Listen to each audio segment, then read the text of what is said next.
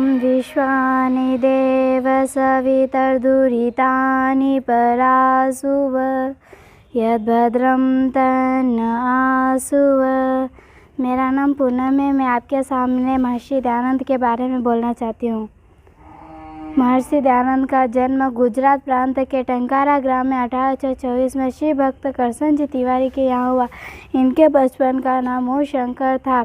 जब ये 14 वर्ष के थे तब शिवरात्रि के दिन इनके पिता ने इनको दिन भर शिव की महिमा की अनेक घटनाएं सुनाई तथा शिवरात्रि को व्रत रखने का पिता ने इनको आदेश दिया, जिसका इन्होंने पालन करते हुए व्रत रखा। शिव की पूजा के लिए सायंकाल पिता के साथ ये शिव मंदिर गए। रात्रि में पिता के साथ ये शिव मंदिर ही रहे, जबकि अन्य शिव भक्त पूजा करके अपने अपने घर चले गए। जब अन्य शिव भक्त जाने के बाद मंदिर का वातावरण शांत हो गया, तब मंदिर में इधर उधर से चूहे निकले और शिव की मूर्ति पर उछल कूद करने लगे तथा मूर्ति पर रखे हुए प्रसाद खाने लगे। मूल शंकर के पिता भी अधिक रात्रि होने के कारण निद्रा के वशीभूत हो गए। शिव की मूर्ति पर उछल कूद करते हुए तथा मूर्ति पर रखे हुए मिठाइयों को खाते हुए चूहों को जब मूल शंकर ने देखा तो पिता को उठाकर पूछा कि आप तो दिन में कथा सुना रहे थे कि शिव जी ने राक्षसों को मारा, किंतु यह तो चूहे को भी भगा नहीं रहे। यह प्रश्न सुनकर पिता आश्चर्यचकित हो गए और अपने बालक मूल शंकर को समझाते हुए कहा कि बेटा, जिस शिव की मैं कथा सुना रहा था वह तो सच्चा शिव कैलाश हिमालय में रहता है। यह तो शिव की प्रतिमा मूर्ति है। उसी समय मूल शंकर ने निश्चय किया कि मैं सच्चे शिव के दर्शन करूंगा। उनका विश्वास मूर्ति पूजा से उठ गया और 16 वर्ष की आयु में उनकी बहन की मृत्यु हो गई। मृत्यु का पहला दृश्य मूल शंकर ने पहली बार देखा था और सोचा कि यह क्या हो गया।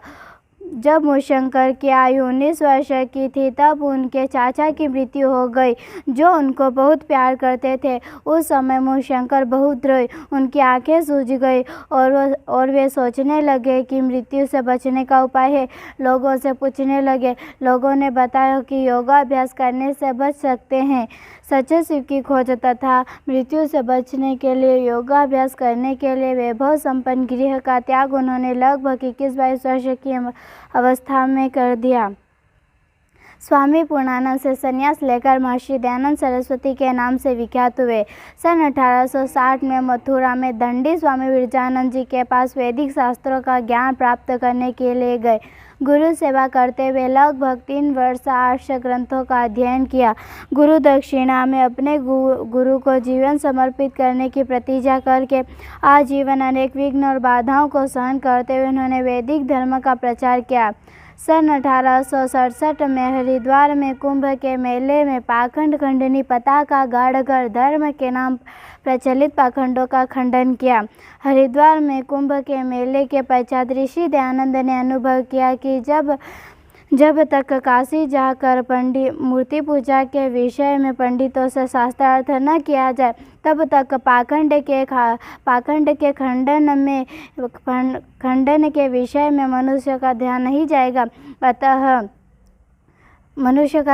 जाएगा। और सन 1869 में ऋषि दयानंद काशी गए। मूर्ति पूजा वेदों में नहीं है, इस विषय में पंडितों से शास्त्रार्थ किया। एक और ऋषि दयानंद अकेले थे और उनके सामने 27 पंडित थे। कोई भी ऋषि दयानंद के प्रश्नों का उत्तर नहीं दे सका।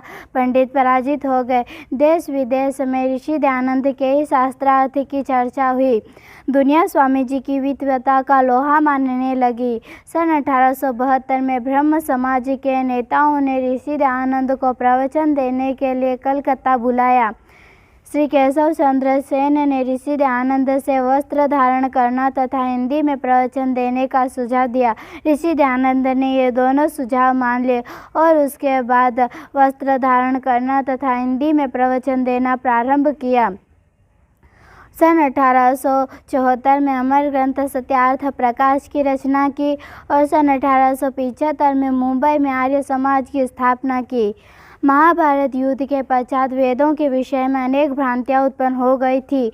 उनको दूर करने के लिए ऋषि दयानंद ने 20 अगस्त 1876 को अयोध्या के सरयू बाग में बैठकर वेद भाष्य करना प्रारंभ किया। वेद भाष्य से पहले उसकी भूमिका लिखी गई, जो ऋग्वेदादि भाष्य भूमिका के नाम से प्रसिद्ध है।